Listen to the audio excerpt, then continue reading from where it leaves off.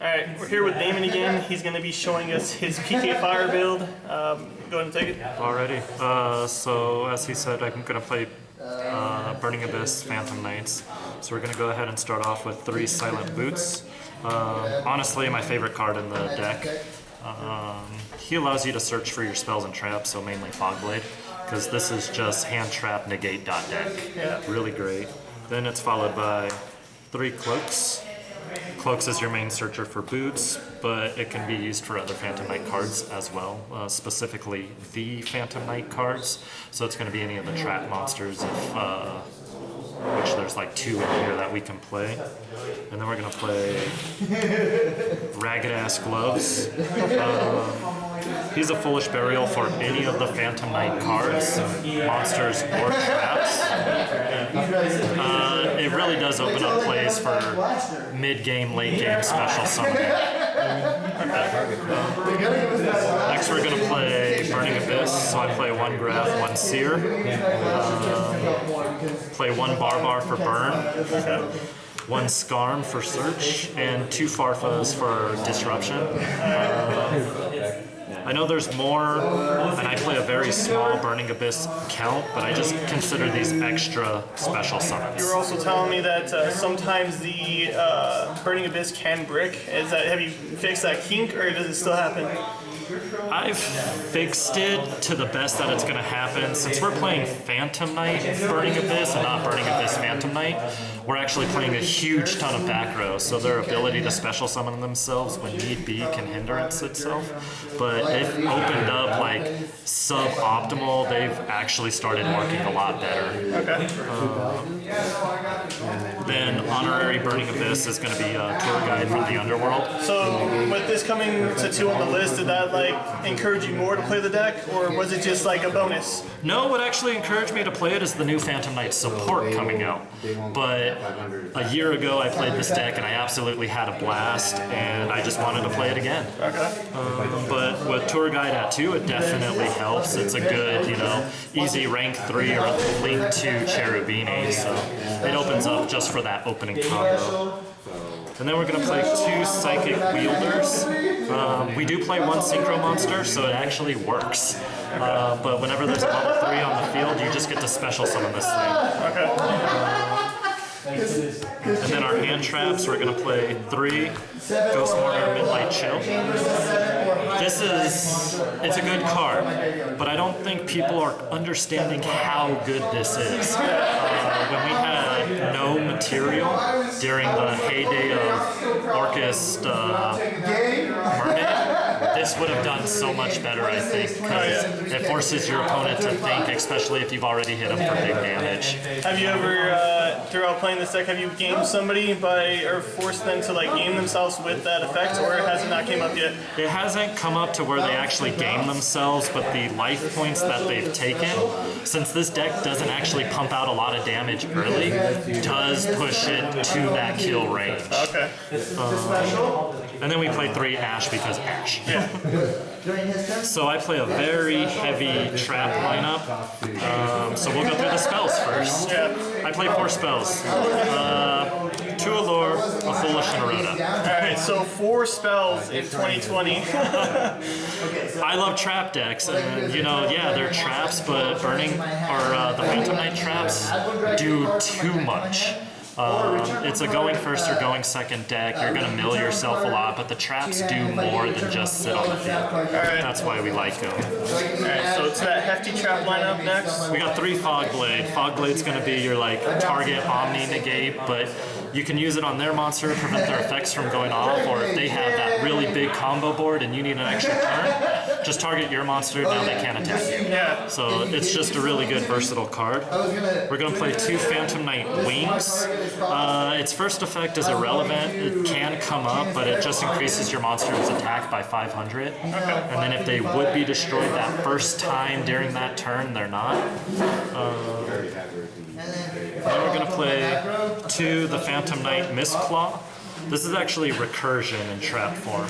It'll bring back your banished Phantom Knights when you're doing all of your search plays. And it's also protection while in the grave. If you have a Phantom Knight in the grave and this in the grave and you're completely open, you special summon this as a normal monster and that Phantom Knight, and now you still have 2 more monsters. And then we play 1 break sword, or 1 sword.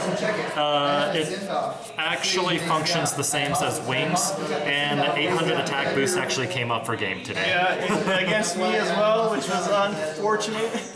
I had 1200 on board, I needed 300 more, this pushed it to 2000, we're good. Also, the wings and the sword, as well as the fog blade, they can all be banished from the graveyard to special summon a Phantom Knight from the grave, so that's just why these traps are amazing. Yeah. And then we play Shade Brigandine. Everybody knows what it does from when Azalthot was a thing, but in this deck it's just a name. So, and then lastly we got 2 infinite impermanents. Do you just run 2 because you have a third, or is it just you just wanted to have it at 2? I want a third. I only have the 2, and I would definitely play 3. I would probably take out the Shade Brigandine for the third. I love all the negates that this can come out. I don't really have my main deck in order, but the main monsters in my extra deck are Cherubini. This card acts as Foolish Burial for any level 3 monster in your deck. It pops off all the Burning Abyss graveyard effects, it pops off all of your Phantom Knight graveyard effects. It's just the most valuable extra deck starting card. Which brings us to the Burning Abyss side. So, 2 Dante. My Dantes have been hit by effect negations. It's a good thing it mills for cost. Good thing it does, but sometimes it just kind of sits there in attack mode, and it's like, it's useless in attack mode. But I love that it mills for cost because everything is a graveyard effect in this deck. So, do you run Beatrice or not? I do run Beatrice. Okay.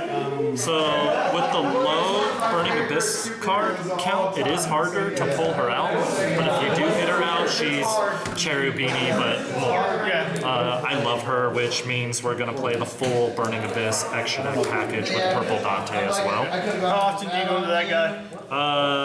Actually, not as often as I would like to, but that's the downfall of playing less Burning Abyss. Again, when the opportunities come up, it is great.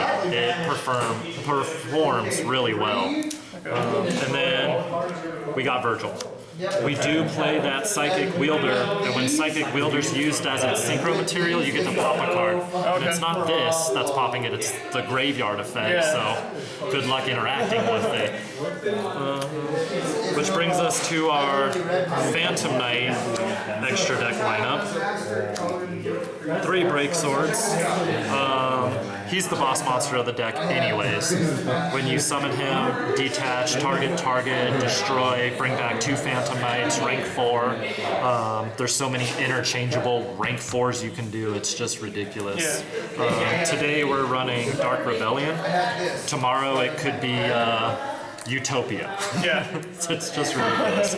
Dark Rebellion is really just that option. I miss Azalthot. I miss the degenerate combos, but you can get by without it. You know, we could even do the Requiem Dragon, which is the rank 5 that you use the rank up spell for, which is more negates on top of that. Last Succeeds monster we got is Levianeer. You do banish like half of your graveyard a turn, so just getting them back is good. And then the last bit of link monsters we have is Almirage. It rarely comes up, but sometimes you just need that one monster in the graveyard. So this is a good normal summon, send it to the graveyard, combo off card.